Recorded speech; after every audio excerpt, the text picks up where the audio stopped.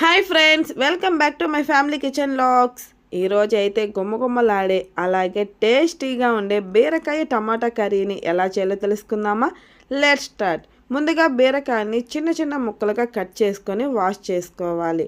ఆ తర్వాత ప్యాన్లో తగినంత ఆయిల్ వేసుకొని హీట్ అయిన తర్వాత 1 టీ స్పూన్ ఆవాలు, శనగపప్పు అలాగే జీలకర్ర వేసి ఎర్రగా వేపుకోవాలి.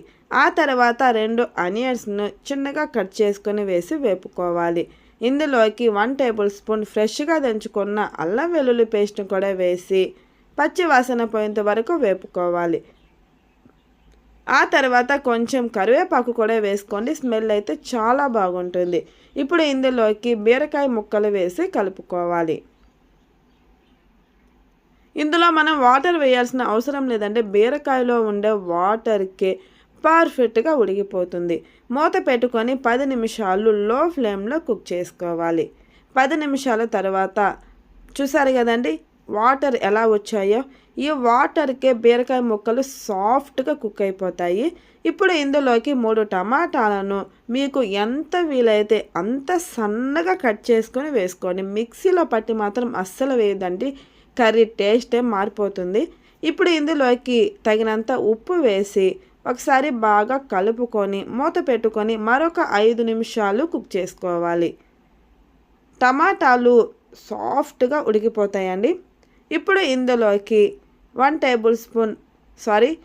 టేబుల్ స్పూన్ కారం వేసుకోవాలి. అలాగే 1/2 టీ స్పూన్ పసుపు, 1 టీ స్పూన్ ధనియాల పొడి వేసి కలిపేసేయాలి. మసాలా మొత్తం బాగా పచ్చి వాసన పోయేంత వరకు కుక్ అయిన తర్వాత గ్రేవీకి తగినంత వాటర్ని వేసుకోవాలి. వాటర్ వేయకుండా కూడా టేస్ట్ అయితే బాగుంటుందండి. ఇలా వాటర్ వేసి మరొక 5 నిమిషాలు కుక్ చేసుకోవాలి.